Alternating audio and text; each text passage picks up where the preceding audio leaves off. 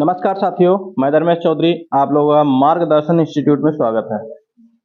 साथियों, हम प्रैक्टिस कर रहे थे हाल ही में और 2-3 दिन से क्लासें आपकी बंद थी। आज से फिर हम प्रैक्टिस कर रहे हैं। प्रैक्टिस इसलिए नहीं हो रही थी कि सिलेबस पूरा कराया जा रहा था। कुछ नए बच्चे थे तो उनका सिलेबस पूरा कराया जा रहा था, तो सिलेबस काफी उनका हो गया है। आज हम फिर प्रैक्टिस करने वाले हैं, तो चलिए शुरू करते हैं। आज ये प्रैक्टिस की 7वीं क्लास होगी इसकी, ठीक है। तो चलिए पहले प्रश्न से शुरू करते हैं। जैसे कहा जाए, इलाहाबादी अमरूद मीठे होते हैं, यहां पर क्या विशेषता है? विशेषता बताई जा रही है कि इलाहाबादी अमरूद जो होते हैं वो मीठे होते हैं। तो बताइए आप लोग, यहां पर विशेषता क्या हो जाएगी? दशा हो जाएगा, स्वाद हो जाएगा, गंध हो जाएगा, स्थान हो जाएगा। इलाहाबादी अमरूद मीठे होते हैं, इसमें क्या हो जाएगा? दशा हो जाएगा, स्वाद हो जाएगा, गंध हो जाएगा, स्थान हो जाएगा। ऐसे प्रश्न आते हैं एग्जाम में, ठीक है। और पूछता है कि विशेषता पूछता है। यहां पर विशेषता क्या है? इस वाक्य में विशेषता क्या है कि इलाहाबादी अमरूद मीठे होते हैं? तो यह विशेषता क्या है उसकी? दशा है, स्वाद है, गंध है, स्थान है। क्या हो सकता है? स्थान। क्यों स्थान होगा? क्योंकि कह रहा है कि इलाहाबादी अमरूद मीठे होते हैं, यानी किसी स्थान के, विशेष स्थान के ही अमरूद मीठे होते हैं, है ना। तो यहां पर जो होगा स्थान से संबंधित हो जाएगा। यहां पे आपका सही हो जाएगा स्थान। क्यों? क्योंकि इलाहाबादी शब्द प्रयोग किया गया, यानी किसी स्थान के बारे में बताया गया जा रहा है कि इलाहाबादी वाले ही मीठे होते हैं, उसके स्थान के बारे में। स्वाद होगा नहीं, है ना। अमरूद तो कहीं के भी हो सकते हैं मीठे, है ना। लेकिन यहां पर विशेषता है कि कहाँ के? इलाहाबादी के हैं, तो यहाँ पे स्थान हो जाएगा आपका, ठीक है। इससे अगला प्रश्न देखते हैं। यह कुत्ता मेरा है, प्रयुक्त में विशेषण का प्रकार बताइए। यह कुत्ता मेरा है, इसमें क्या विशेषण है? संख्यावाचक, गुणवाचक, सार्वनामिक, परिमाणवाचक। यह कुत्ता मेरा है। देखो यहां पर देखो, यह कुत्ता मेरा है, संख्यावाची शब्द का तो कहीं प्रयोग नहीं हो रहा है ना, तो संख्यावाची होगा नहीं। फिर इसके बाद गुण, यह कुत्ता मेरा है, इसमें गुण का कोई मतलब ही नहीं है ना। अगर कह दिया जाता यह कुत्ता काला है तो गुणवाचक में हो जाता। रंग के आधार पर उसके गुण के बारे में बात किया जा रहा है ना, उसकी विशेषता के बारे में, तो ये हो जाता। अगर कहा जाता कि यह कुत्ता काला है तो गुण हो जाता, तो ये भी नहीं होगा आपका। उसके बाद सार्वनामिक। देखो सार्वनामिक का मतलब क्या होता है? संकेत, है ना। तो संकेत, तो यहां पर यह लगा हुआ है, देख लीजिए। जब पढ़ाया गया था सार्वनामिक तो वहां पर यह, वह, है ना, मेरा, ये सब जो बताए गए थे वो सार्वनामिक के अंतर्गत आते हैं। ये रूप चिन्ह जो बताया गया था यह, तो ये लगता है सार्वनामिक में, इसलिए सार्वनामिक हो जाएगा। परिमाणवाचक होगा नहीं, क्योंकि इसकी कोई नाप तोल कुछ किया नहीं जा रहा है, तो परिमाणवाचक होगा नहीं। अगला है आपका तीसरा प्रश्न। एक लड़का स्कूल जा रहा है, इस वाक्य में विशेषण बताना है आपको। एक लड़का स्कूल जा रहा है, इस वाक्य में विशेषण बताना है। क्या हो सकता है? क्रमवाचक विशेषण हो जाएगा, समुदायवाचक विशेषण हो जाएगा, आवृत्तिवाचक हो जाएगा, या गणनावाचक हो जाएगा? कौन सा हो जाएगा? एक लड़का स्कूल जा रहा है, क्या हो जाएगा? अगर यहीं पे कह दिया जाता 10 लड़का स्कूल जा रहा है, फिर संख्यावाचक हो जाता ना। हाँ, अच्छा। एक लड़का स्कूल जा रहा है, क्या हो जाएगा यहाँ पे? क्रमवाचक। देखो यहां तो केवल एक की बात की जा रही, तो क्रम तब बनता है जब एक से और ज्यादा हो, तो क्रम कैसे बनेगा? बनेगा ही नहीं क्रम भाई। क्रम का मतलब होता है क्रम वाइज कुछ हो ना, एक के बाद एक जा रहा हो, है ना, एक गया फिर एक गया, उस तरह तो क्रम हो जाएगा। लेकिन यहाँ पे क्रम कहाँ हो जाएगा? एक लड़का स्कूल जा रहा है, तो यहाँ पे क्या हो जाएगा? यहां पर गणना की जा रही है। एक लड़का स्कूल गया तो ये पहली गणना हुई, है ना, गिनती हुई, यानी कि इसको हम कहते हैं गिनती। तो ये हो जाएगा आपका गणनावाचक। ठीक है, ये गणनावाचक विशेषण हो जाएगा। जैसे ही कहा जाए एक लड़का स्कूल गया, तो गणना शुरू हुई, हुई कि नहीं भाई? गणना कैसे करते हैं? 1 2 3 करके करते कि नहीं? शुरू तो 1 से करते हैं। तो इसमें यही तो कह रहा है, एक लड़का स्कूल जा रहा है, एक लड़का स्कूल जा रहा है, यानी जिसने देखा उसने गणना किया, एक लड़का स्कूल जा रहा है। तो ये हो जाएगा आपका गणनावाचक। इसके बाद चौथा देखिए क्या कह रहा है, बारिश बहुत ज्यादा हो रही है। इस वाक्य में ज्यादा शब्द क्या है? इस वाक्य में ज्यादा शब्द क्या है आपका? संज्ञा है, क्रिया है, सर्वनाम है, क्रिया विशेषण? क्या हो जाएगा? चौथा, क्रिया विशेषण। क्रिया क्यों नहीं होगा?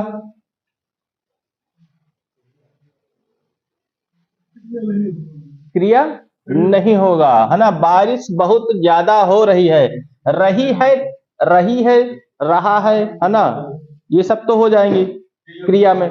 लेकिन यहां पर कह रहा है बारिश बहुत ज्यादा हो रही। जब ज्यादा की बात करते हैं ना, पहली बात तो बारिश हो रही है, लेकिन कैसी हो रही? बहुत ज्यादा हो रही। तो इसलिए इसको हम रखते हैं क्रिया विशेषण में रखते हैं जब भी। ठीक है, तो ये क्रिया विशेषण में चला जाएगा। अगला है आपका पांचवा, देशभक्ति में समास कौन सा बताना। देशभक्ति में कौन सा समास है? तत्पुरुष। क्यों तत्पुरुष होगा? तत्पुरुष क्यों होगा देशभक्ति में? कैसे पहचाने कि तत्पुरुष है इसमें? हाँ, देश के लिए जब भक्ति होती है ना, का, की, के, रा, री, रे, है ना, के लिए, इन शब्दों का जब हम रूप चिन्हों का प्रयोग करते हैं तो तत्पुरुष समास में ही प्रयोग करते हैं इनका। ठीक है, तो यहां पे हो जाएगा तत्पुरुष समास, देश के लिए भक्ति। ठीक है, अगला है छठवां प्रश्न आपका, बिल्ली के गले में घंटी बांधना, इस मुहावरे का अर्थ बताना। बिल्ली के गले में घंटी बांधना, मुहावरे का अर्थ क्या है? बिल्ली को सजाना, घंटी सुनने के मजे लेना, अपने को संकट में डालना, बिल्ली को क्रोधित करना। सी ऑप्शन, कि बिल्ली को क्रोधित करना। भाई बिल्ली के गले में घंटी पड़ जाएगी तो बिल्ली क्रोधित नहीं होगी कि का पहना दियो उनका, कि केवल मजा लिए के लिए कर रहे थे लोग? देखो ये मत, दूसरा ऑप्शन, घंटी सुनने के लिए, मजे लेने के लिए ना, काफी लोग हरकतें कर रहे थे इसी, तो ये भी हो सकता है। लेकिन इसमें सही क्या होगा? हाँ, अपने को संकट में डालना। मान लो अगर बिल्ली पाले हो घर में, अगर घंटी पहना दिया गया तो सारा दिन क्या करी हुआ? घंटीन बजाई हुआ, दौड़ दौड़ के सारे घर में। तो एक का मतलब इससे परेशान हुई कि ना हुई आदमी, है ना। तो इसका मतलब अपने को संकट में डालना, बिल्ली के गले में घंटी बांधना, ये कई बार आ भी चुका है एग्जाम में। ठीक है, आपको अगला बताना है, आखिरी प्रश्न जो है आपका, वीर रस का स्थायी भाव क्या है? वीर रस का अस्थाई भाव क्या है? वीर रस क्या हो जाएगा? उत्साह हो जाएगा। वीर का मतलब होता है वीरता, जहां वीरता की बात होती है वहां पर उत्साह हो जाता है। और भय का क्या होता है? अस्थाई भाव। चलिए बताइए, भय का क्या अस्थाई भाव होगा? भय का अस्थाई भाव क्या होता है? नहीं पता? रस पढ़े हो, भय का अस्थाई भाव नहीं पता? हाँ, भय का भयानक होता है, इसका अस्थाई भाव होता है भयानक। और क्रोध का क्या होता है? क्रोध का अस्थाई भाव, क्रोध का क्रोध हो जाएगा। वाह भाई, क्रोध कैसे आता है हमें? निर्वेद कहां से होता है? शांति का हो जाएगा। अरे क्रोध नहीं जानते हो? अरे निकल आया, ये देखो रौद्र हो गया, निकल नहीं रहा है। और विस्मय का क्या हो जाएगा? विस्मय का, अच्छा वो तो घृणा होता है, जुगुप्सा। विस्मय का विभत्स होगा कि निर्वेद होगा? शांति का है, तो इसका क्या होगा? हाँ, जुगुप्सा तो घृणा का होता है। ठीक है, तो इसका क्या हो जाएगा? विभत्स। ठीक, तो ये हो गए आपके अस्थाई भाव। और उसका क्या होगा?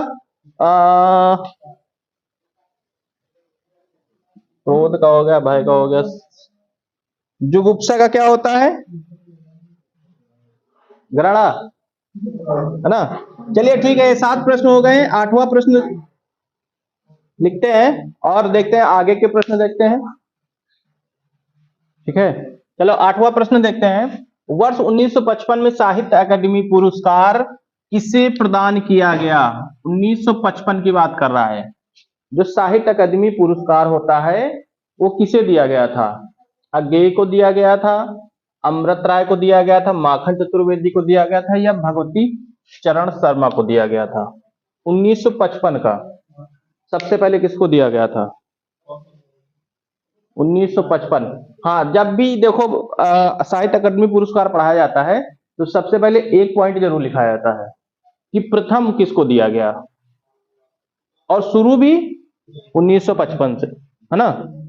तो शुरुआत भी अकादमी पुरस्कार की यहीं से हुई है, 1955 की, है ना। और पहला पॉइंट यही होता है कि किसको दिया गया, तो सबसे पहले लिखवाया जाता है माखन लाल चतुर्वेदी। याद रखना, पहला ही प्रश्न पूछ लेता है, कभी कभी पहला पूछता है, या तो फिर नीचे आके सबसे जो हाल ही में दिए जाते हैं उनसे पूछता है। बीच में बहुत कम, बड़े एग्जामों में पूछता है बीच में। बड़े एग्जाम में कहीं से भी पूछ सकता है, 13 का, 12 का, 11 का, कहीं से पूछ सकता है। अब जब आपसे पूछेगा तो 3 साल पहले का या फिर सबसे पहले का, है ना। तो 1955 में शुरू किया गया था साहित्य अकादमी पुरस्कार, और किसको दिया गया था? माखन लाल चतुर्वेदी को दिया गया था। ठीक है, अगला प्रश्न है आपका, हिंदी अकादमी का सलाका सलाका पुरस्कार सबसे पहले किसे दिया गया था? सबसे पहले सलाका किसको दिया गया था? हिंदी साहित्य का जो सलाका वाला है वो किसको दिया गया था? ये लिखाए भी हैं हम, एक बार इसको लिखा दिए थे, सलाका पुरस्कार, है ना। सब लोग कह रहे थे कि ये कौन सा पुरस्कार है, लिखाए भी हैं। हिंदी साहित्य अकादमी का सलाका पुरस्कार तो किसके दिया गया है? रामविलास शर्मा को दिया गया है। ये आपका डी हो जाएगा, रामविलास शर्मा को दिया गया, लिखाया भी गया था, तो लिख लो। इसी तरह के देगा, सरल तो नहीं देगा, बिल्कुल नहीं देगा कि महादेवी वर्मा वाले दे दे उठा के, सरल नहीं देगा बिल्कुल। ठीक है, अगला है, वर्ष 2013 में धूल पौधों पर के लिए किसको दिया गया था?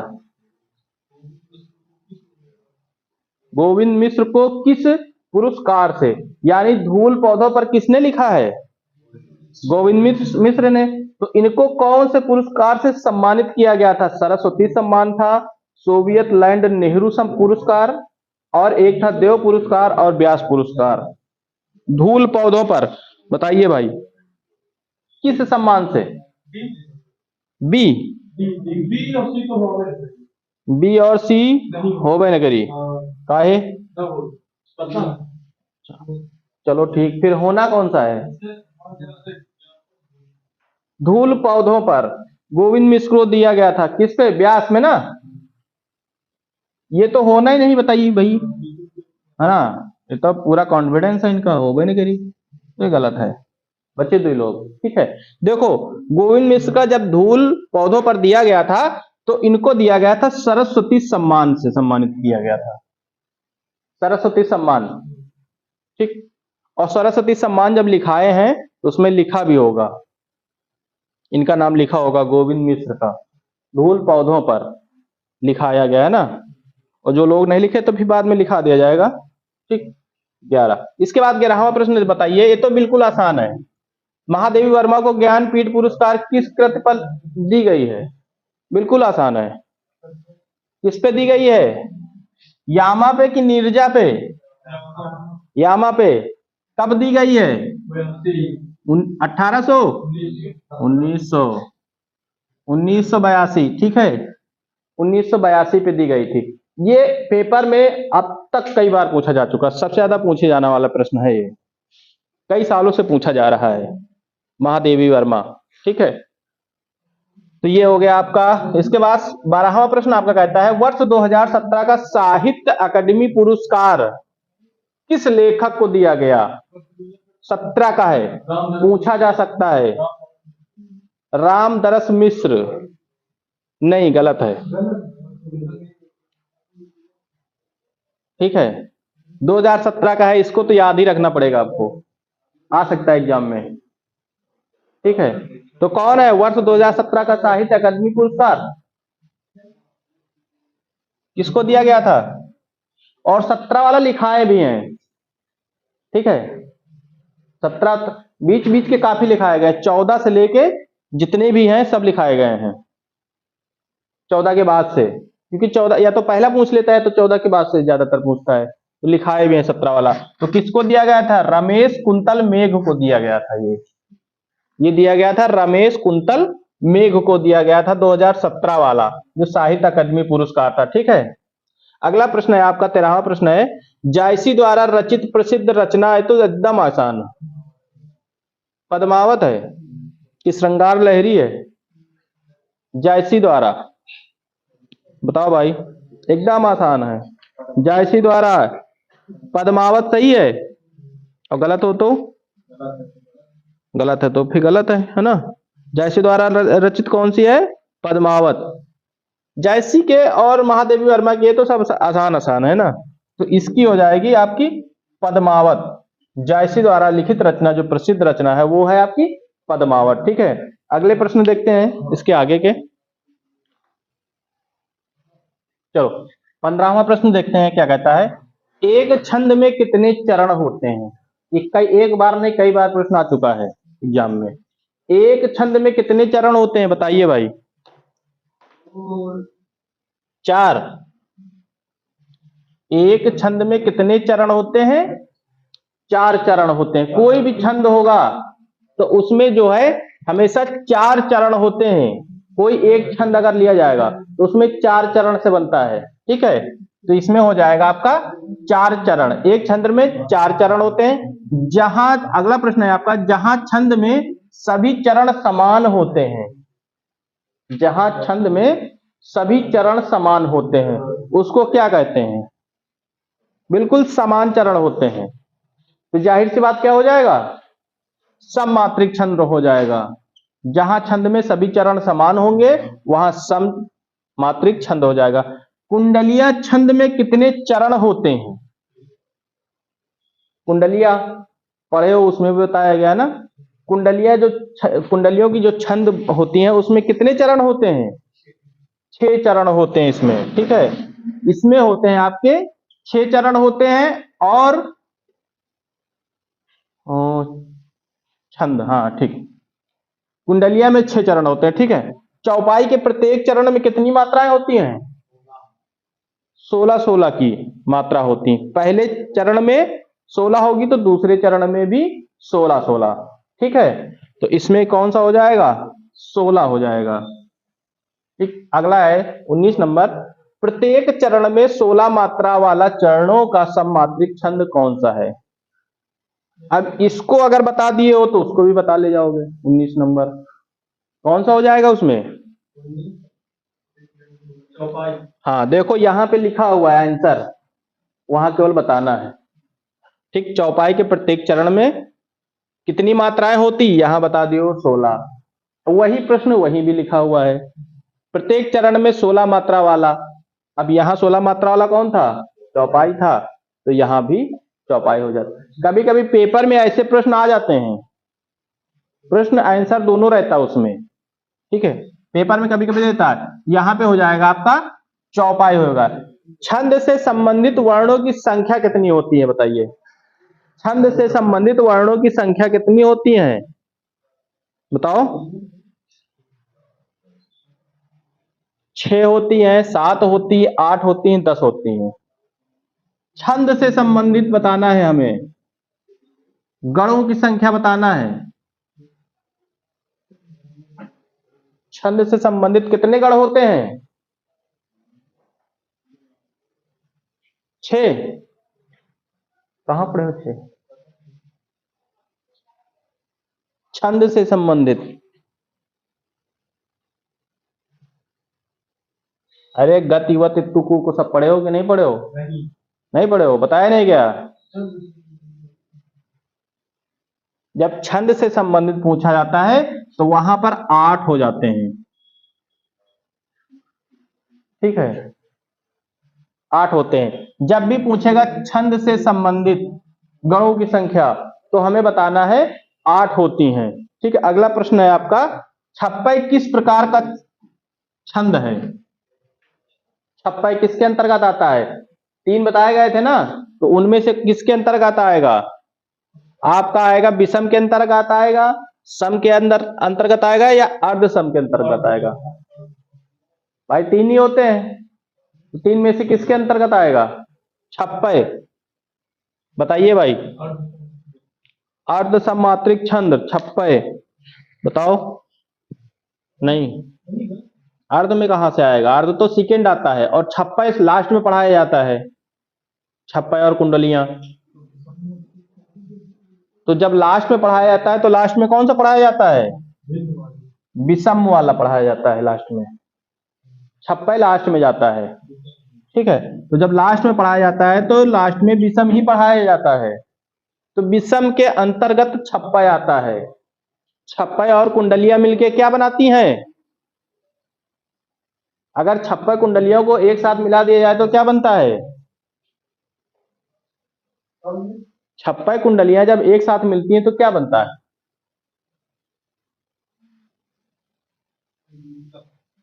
हरगीत का